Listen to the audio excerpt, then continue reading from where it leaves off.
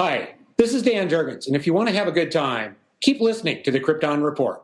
It's a bird. It's a plane. This is Jason J. Lewis, the voice of Superman on Justice League Action. This is Mark Wade, writer of Superman Birthright, and you're listening to The Krypton Report, the All Things Kryptonian podcast, including Superman and Supergirl. We discuss games, movies, cartoons, TV shows, and comics. Find us on Facebook, Instagram, YouTube, and Twitter.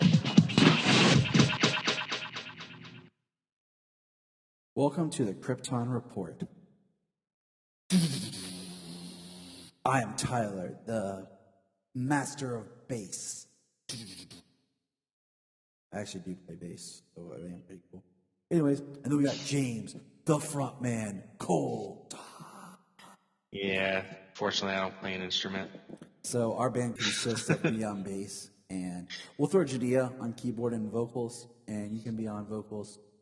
And then we'll throw Selah on drums, Solomon on guitar, Jimmy on guitar, and we can throw Bella on, like, triangle? Get us on Guitar Hero and we'll play a little bit.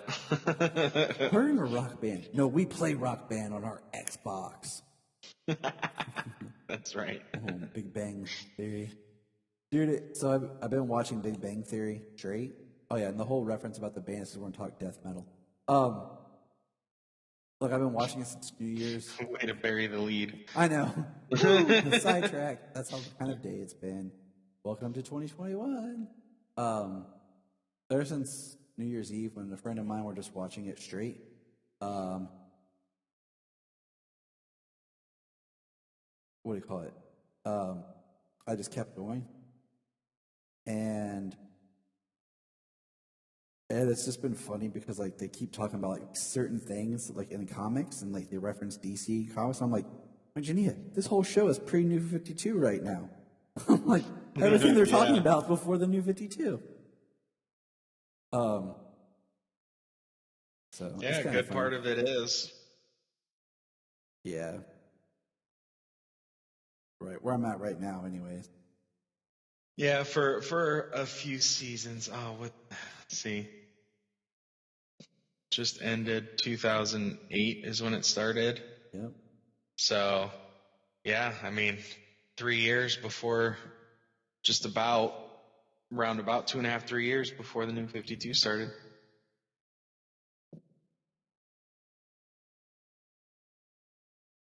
But anyways, we got a couple quick notes, then we'll get into some metal. So they announced a new animated feature, or what was it? You sent me the picture of a Justice Society film? Yeah, what's that? Justice Society, World War II. So that's exciting. Yeah, we got that confirmed, like what it was. They were making that was the next feature to come out after Soul of the Dragon, which that comes out is like actually due out in Blu-ray and in just in like 3 weeks, less than. Yep. Yeah, sounds about right.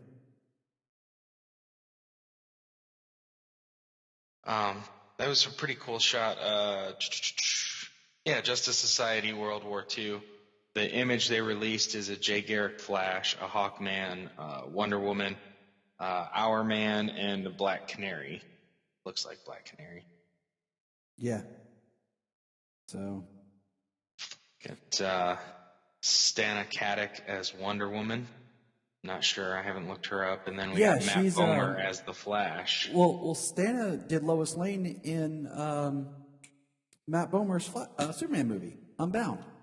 She was on Castle. Really? She was the one. She was on Castle. That's where you'll know her from, like, live action. She was the main female lead in Castle with Nathan Fillion. Yeah. Yeah, I know who that is then. So yeah. Anyways, there you go.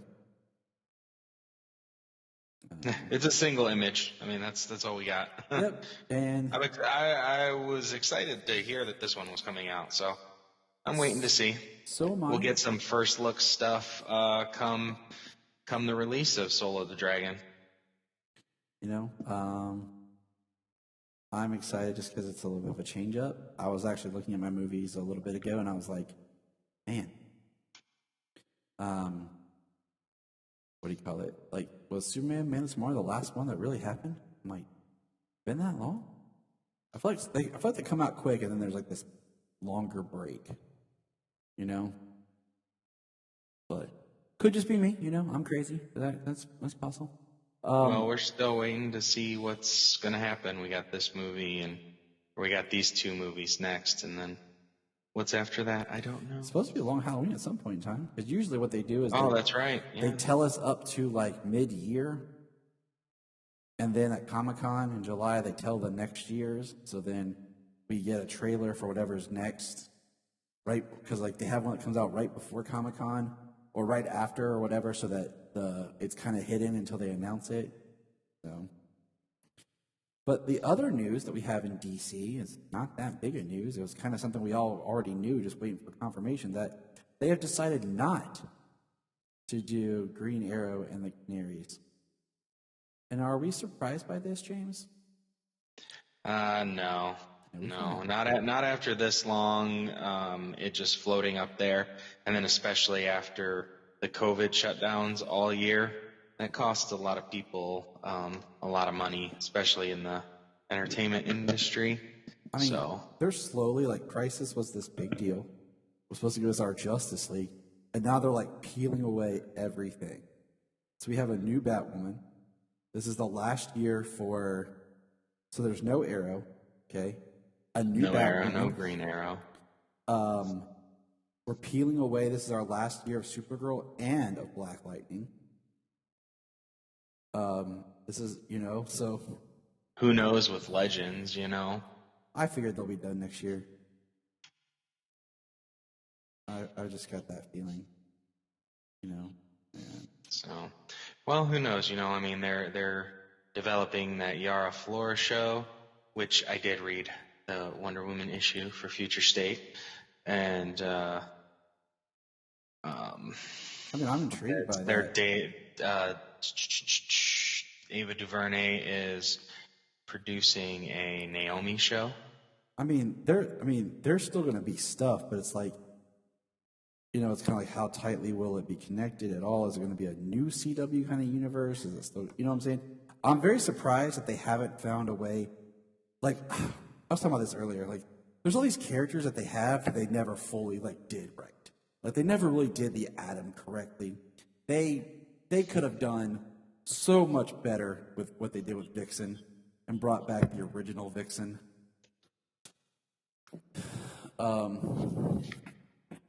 And they could have just, it's like they're letting one side of this whole thing go, and they're building a new universe, which is cool. So it's life. It's how it goes. Well, we still got some shows to look forward to this year. It's not drastically changed just yet. We still got Flash. And Flash, Superman, and Lois. Dang, it took my lead. I was like, Supergirl. I was like, this little thing that's starting this year called Superman and Lois. I feel like I gotta yell everything since it's the death metal episode. Like, what's up, James? Yeah, I can't do the metal scream. I can't either, dude. I thought I was the bass player.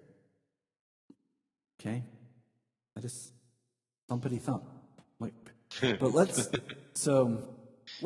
take back actually, and just kind of briefly talk about, Dark Knight's death metal really was, and I've said this over, a Crisis series level event that nobody really saw coming. And we should have learned, because metal itself ended up being a much bigger story. Because it felt like metal. Yeah, much larger impacts on the DC universe as a whole. Yeah, metal felt like it was going to be this little thing to the side, Scott Snyder, self-contained. But then we got the Batman Who Laughs, or He Who Laughs, or Laughs. The Darkest Night. God, the guy's got more titles than anything else. He friggin' permeated everything, dude. Anything connected to Batman, Justice? Oh, yeah. So we get this character, and it becomes something cemented in the entire world of DC. I mean, I think this has been one of those characters that's really become, I mean, you see it in merchandise, you see, like, what do you call it? I mean, you see a lot, like, you've seen a lot of, like, it was one of the earlier McFarlane figures, so it's like, it's not like this character, has had time to really grow. I mean, it's only been around for a couple of years now. And so Metal became this huge event. It was a really cool book. I'd like to revisit, but there's so much. Because it was about 10th metal, nth metal standing for 9th metal. And then, the 10th metal, and then the dark multiverse, which in my mind, I always kind of thought of like the dark multiverse in like the way they talked about it kind of like on Stranger Things, where like the upside down. Yeah. So you have the multiverse, and then on the upside down of that is the dark multiverse, which is the same, but it's dark. Go figure. Well, how many stories have we had in Elseworlds where Superman has gone bad, an all-powerful being like Superman has gone bad? Well, this is like the Batman Who Laughs is like Grant Morrison's Bat God in JLA. You know what I'm saying? Mm-hmm. It's Bat God gone bad. It's like when Bruce is prepared for every eventuality, like that's that version of Batman gone the way of the Joker. And then, I mean, think about the very first thing that we got when the new Batman and Superman team-up book started. It was all about the infected from the Batman Who Laughs. And so, I mean, Scott Snyder just kind of took everybody by storm. He had his own series, Dude, I'm telling you, and I've said this all along. Snyder, if you look at Scott Snyder, I need to say Scott Snyder because I don't want to confuse anybody. But like, if you look at it, okay, if you read his Batman run, his entire Batman run, okay, you read Batman and Robin. No, wait, Batman and Robin Eternal, but really read Batman Eternal, because I truly believe that was going to be his next arc. Like, he had stuff planned. He was ready to go like a decade, I swear, in just Batman. Because if you think about like 52 books, what they made Batman Eternal, and it really kind of felt like the third volume of his Court of Owls story. But then you take that series, and then you bring out his Last Night on Earth thing that he did. Right. That feels like that connects. And then you look at Metal into Death Metal, like, I feel like he's had to, like, I read an article with him, he's had to do some retweaking here and there with what DC was doing, but I really feel like he had just this huge through line to do for his characters. Yeah, I mean, like, quite a lot of it was connected, because like some of the stuff I read from different crossover issues and some different books, because I have not read all of his run. I read a little bit of his Batman run, and I have not read Batman Eternal. But I read the last night. But some of the things I read, you see threads picked up in different books, like in the future, like his last Night on Earth book. You see stuff picking up right there. Mm-hmm. Yeah. So yeah, he's definitely had a lot of threads, a lot of things a lot of seeds that he planted and picked later,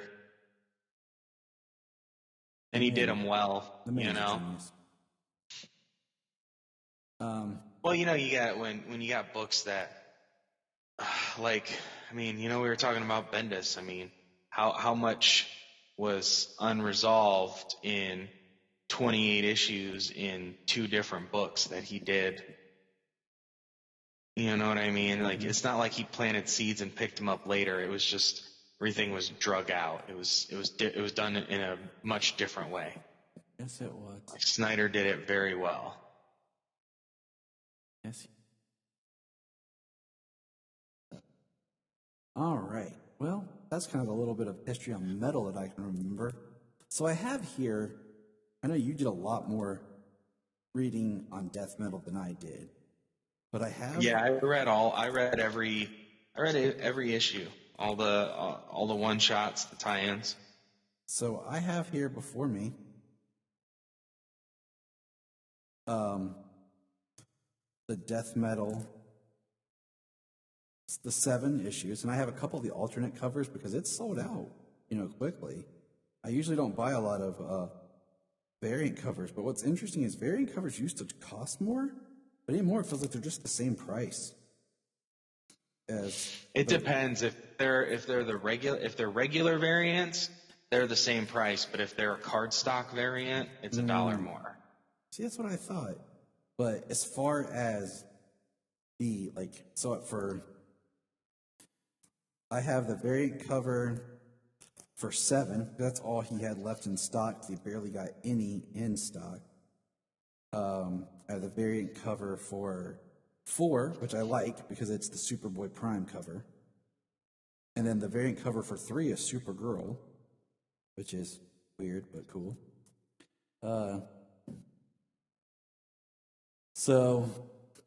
And then I have, as far as tie-ins, the only tie-ins I got was I bought Secret Origin, the last stories of the DC Universe, and the last 52 War of the Multiverse. Which I have those ones. I thought I had my Wars of the Multiverse. Where'd that one go?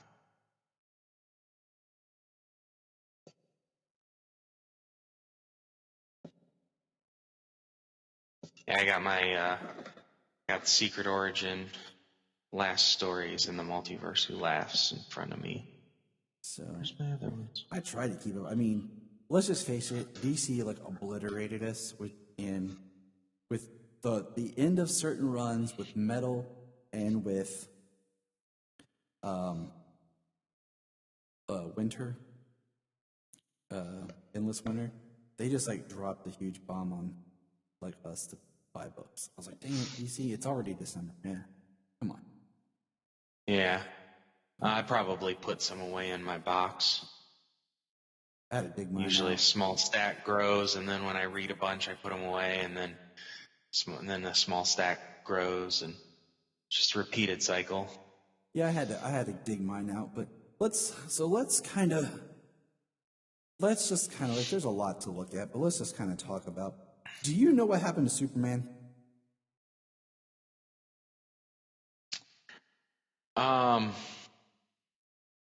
You know what? I did have to go back and look that up because I wasn't sure that it actually stuck out. I mean, I know he's corrupted by the anti-life. That is what's changing his cells. Yeah, they talk about him being he's corrupted by the anti-life and he's fighting it off. And same thing as Batman. Something similar to Batman. Batman's dead, and he's using a Black Lantern ring to remain alive. The only one who's really alive and good is Wonder Woman, with a chainsaw. Yeah, she surrendered and agreed to be the warden of hell, of the underworld. And she watched over all the prisoners down there.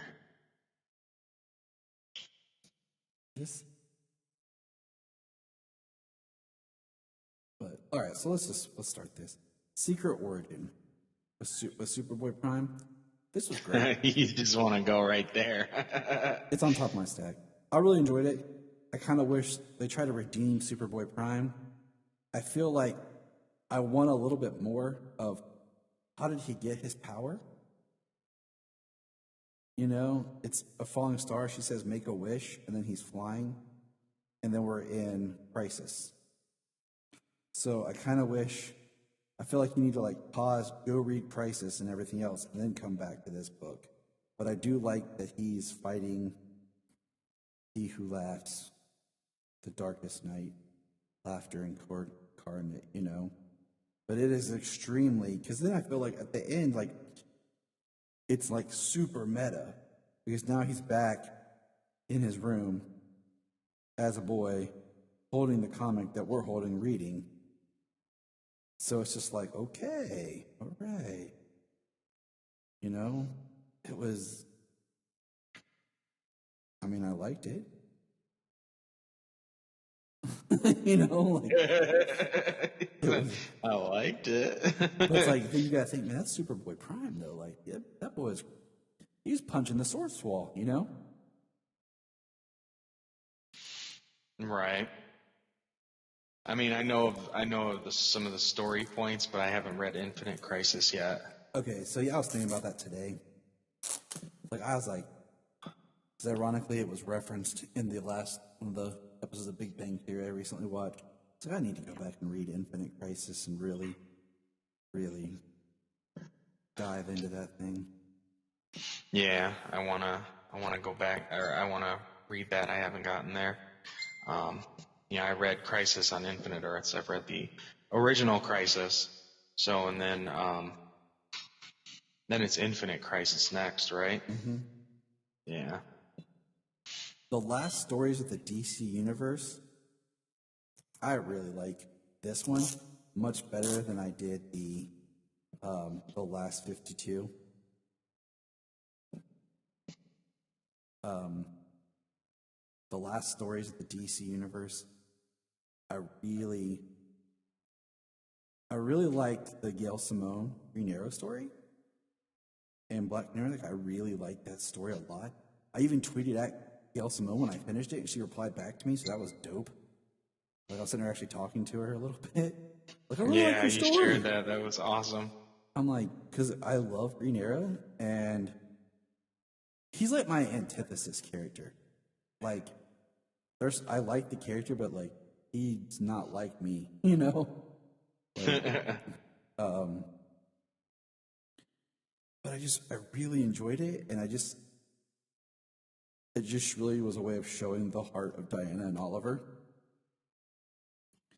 And I thought it was interesting that we just really get to see the Diana and Oliver story. Because, like, I mean, come on, seriously, we've had 2 live-action Green Arrows, and neither of them have done the Diana and Oliver story correct. Right. It was funny, they have from a different Earth, Dinah is Green Arrow and Oliver is Black Canary. Mm-hmm. And they meet their daughter. The daughter of that Oliver and that Black Canary is who our Oliver and Black Canary met, and they just immediately welcome her into the battle as like family. Yeah, and that's I like this book too. That was, and then I like the Green Lantern story, where he actually got Sinestro, a Green Lantern ring, and they flew off together. That was a good one. I'm going to it. Hold on. Where is that? At the end, they're flying up to see if they can fly above the clouds. It says to see if there's any blue left up there in the sky. Mm-hmm. Yeah. I like the way this book is framed. Really good one.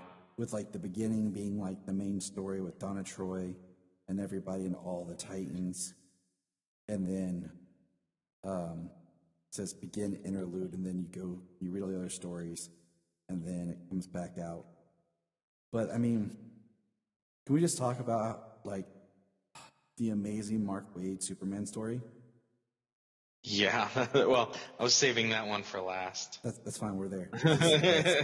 Because the Batman story was good too. The interactions, Batman talking to the kids, Dick and Barbara, and the relationship between Barbara and Nightwing.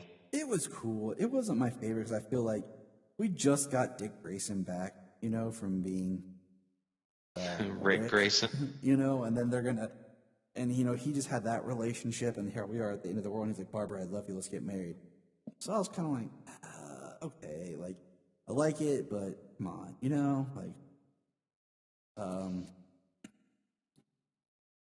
So, but man, the Superman story though, where he talks about getting a piece of John's tech, and he can only go back a little bit, like an hour, and he basically makes like a loop and goes back continually to make more of himself to exist, so they can do more stuff to inspire the world. Yeah, every time his time is up, he just keeps going back. He says, "I'm gonna use the machine until it burns out." Just traveling back in time over and over and over and over and over again, and helping so many people around the world. He puts back on his classic costume, so you see him like in his regular costume with the long hair and the rock hand, and he's just going around saving people and fixing a bridge and getting people food and towing a humongous thing to plow a field and building a renewable energy solar farm. Builds a school. Money from sunken treasure. Builds an entire school. Sits with an old person as they die. Mm-hmm. Saves a suicide, hugs Kara, hugs Jimmy, Harry, saves people. Just I like the panel where he's flying all around the world, and it's just so many loops of him flying all the way around the world, and there's this big old Superman symbol. Yes. Like across the planet. And just says they need hope. And then, the last page is his shirt's all ripped up, and he puts his cape around Lois, and there's him and John flying Lois. And then the last three shots is a firefighter, a doctor, and a preacher. Like just people helping each other. I mean, it's great. I mean, Mark Waid's one of my all-time favorite Superman writers, and I'd love to interview him again. It's just, but yeah, that story alone was worth the price of admission of that book. Yeah, and then you get he definitely nailed Superman. This is the a top choice hopeful Superman on the last day on Earth. I really wish Waid would return to writing Superman. And he traveled back in time. He traveled back in time so much. He said, "I've had thousands of hours to dread this moment." Spending his last moments with John and Lois. So he went back in time thousands of hours to be able to help all these people around the world. So we're gonna kind of really focus just on Death Metal 7, because that's the newest one, and we've kind of talked here and there on the other episodes about the other issues. We've kind of talked on metal here and there, so and we really don't have the time or maybe the brain power to reread all 7 of these and all the crossovers and really dive into the world of metal. Death Metal. I gotta make sure I say Death Metal. Dude, that's 19 books. Yeah, that's what I'm saying. It's pretty hefty, and most of them they're all a little oversized. Yeah, and like I said, we've touched on stuff and talked about things as we went a little bit, but with Death Metal 7 out this week, and it just being such a big deal because this is how we get the next phase of DC. And what's to come. Where we see Generation Shattered, Future State, and then Beyond, the Infinite Frontier. So it's isn't that part of like the DC Omniverse or whatever?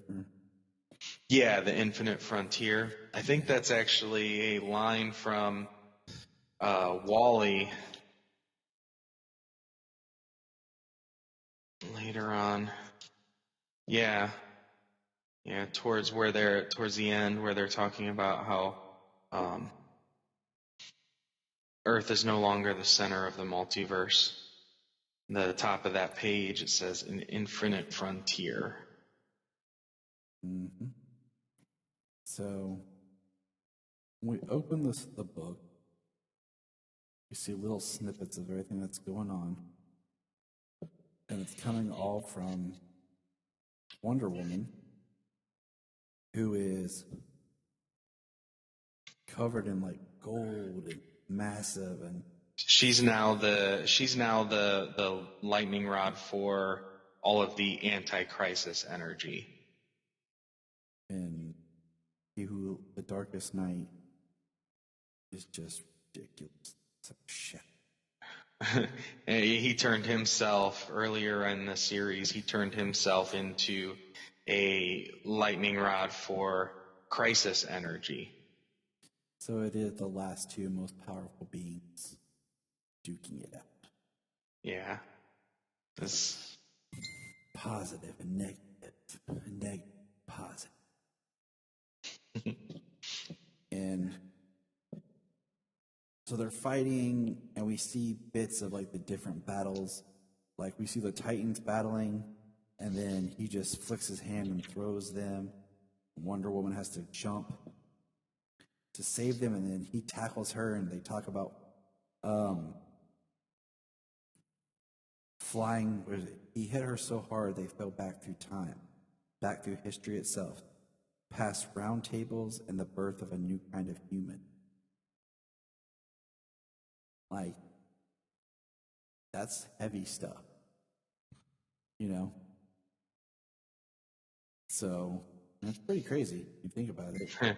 I like when they're going back through time. They passed Etrigan the demon. Camelot, Camelot, by your beauty I'm struck. Even the demon must admit what the...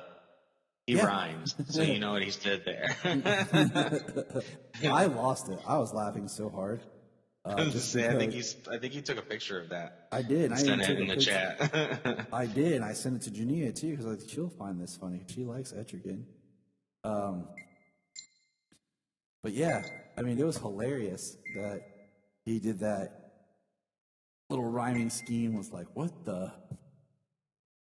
So, man, somebody's blowing up our chat. Oh, I know, right? And I got my tablet in front of me and my phone, so it's like everything's binging. I'm sorry. he who talks.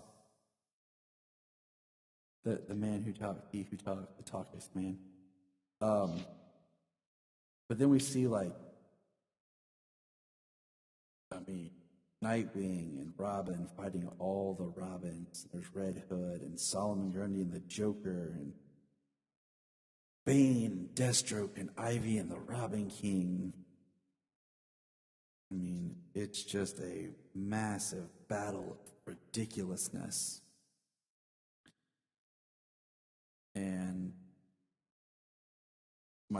we see, hold on, let me get to it. We see the Superman, yes? Because even if you look at who a regular Superman is, when he uses his heat vision, it's Omega beams.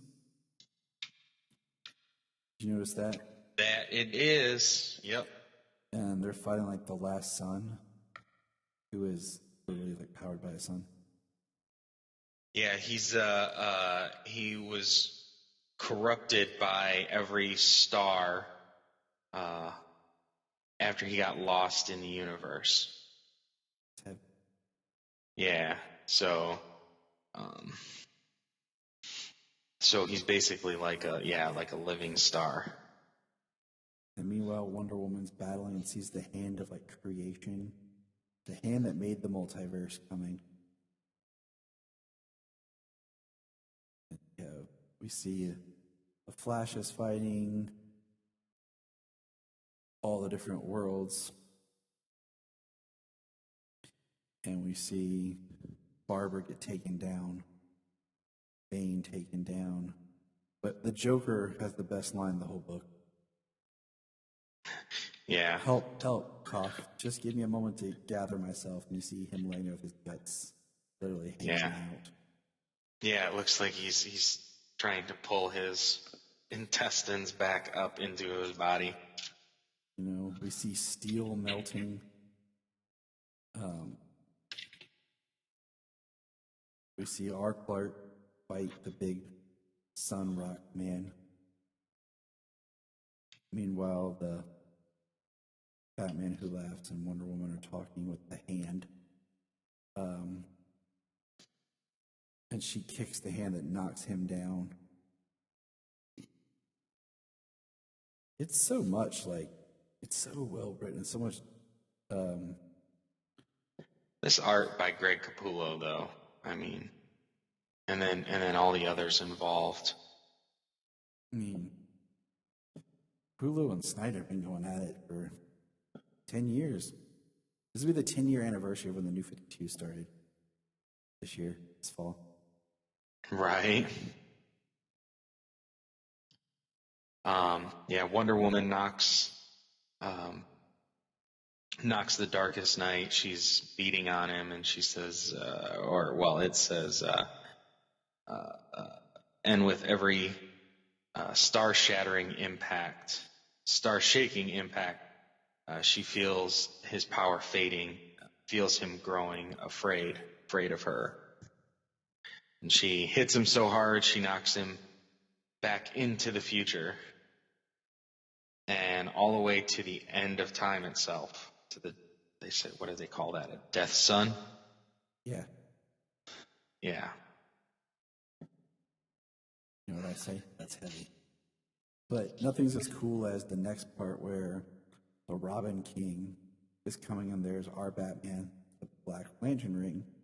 He cut his hand off, and he says, "Did you really think I'd keep the real ring on my hand?" And he pulls out the real Black Lantern ring, and he raises all of the dead that have been fighting with him. So we see Nightwing, Bane, Batgirl, a one-armed Red Hood, and Alfred. So that was creepy and cool at the same time. Seeing Alfred back. Right. And then we get Lex Luthor comes out into space with this armor he's never used before, powered by a captured, shrunken black hole. Yeah, I can't think of the science behind that. I'm just going to roll with it. Yeah, of course. And then So that's basically the there's end of our no way this Superman. universe ends without me getting to kill at least one damn Superman. Now go. And there's Luthor fighting him. And then we see Diana. And then we get what's probably the coolest looking art, which is based on the cover if you have the regular cover. And that is the Wonder Woman of Death Metal, and then a very classic Wonder Woman. Talking, and she is basically the representation of the Hand. We're talking about how this Wonder Woman's going to ascend and become something larger and bigger, and how they're going to... Where is it? Yeah, the Hand being says, "I will take a form perceptible to you." She can't even understand what she's looking at unless they change. You have caused us to rethink our methods. We will be, she says, our multiverse, and then Hand says, we will be restored, yes, but quite different than before. First of all history, all stories will be remembered and set once and for all. We have seen, too, that perhaps there is no place for walls or boundaries when it comes to your kind. So we shall remove them, but know that no reality has been constructed this way before. Everything will be new to you and to us. Greater threats, yes, but greater possibilities. Does this seem a true way forward to you, Diana?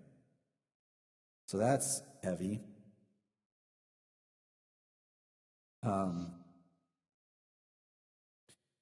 and then they go off. And that's basically the kind of the end of Metal, is them two walking off together, because the next is the art changes, and it's Superman giving a speech, and it's like a voiceover about Diana.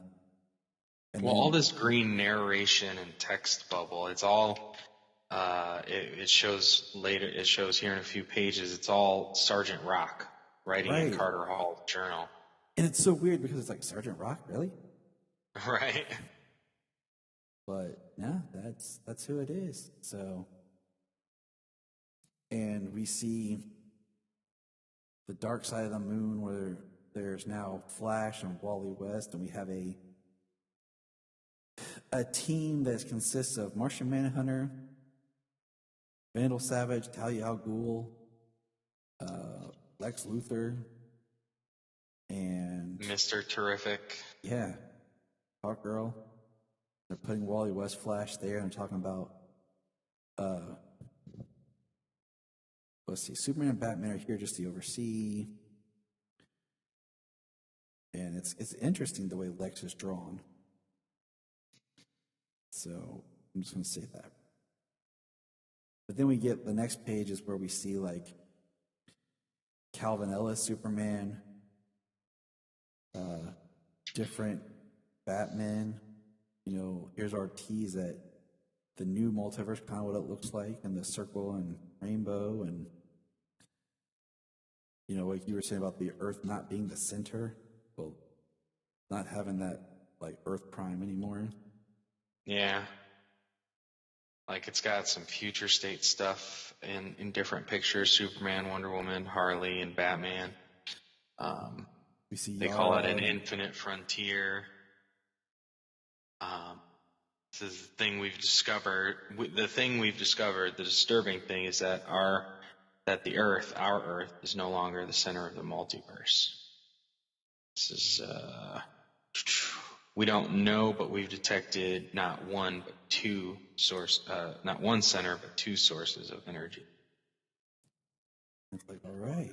And then, we have, where is it? Hold on. Something seen we've never before in a kind of alpha world. For now, we're calling it the Elseworld. I'm like, okay, isn't that what everything is right now, is the Elseworld?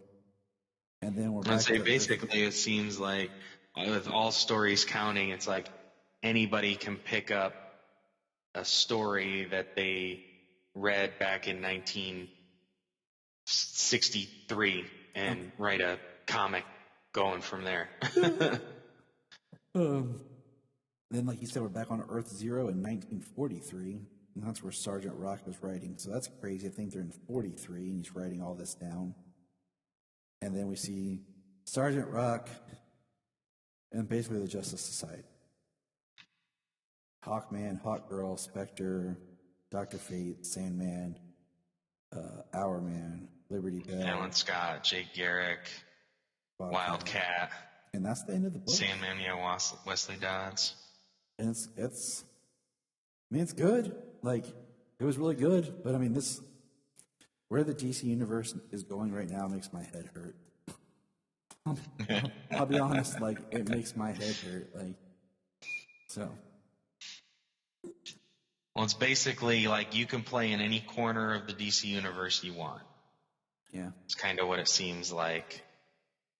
I mean, that can be cool. It's going to cause a lot of nerd battles. That's all I want to say.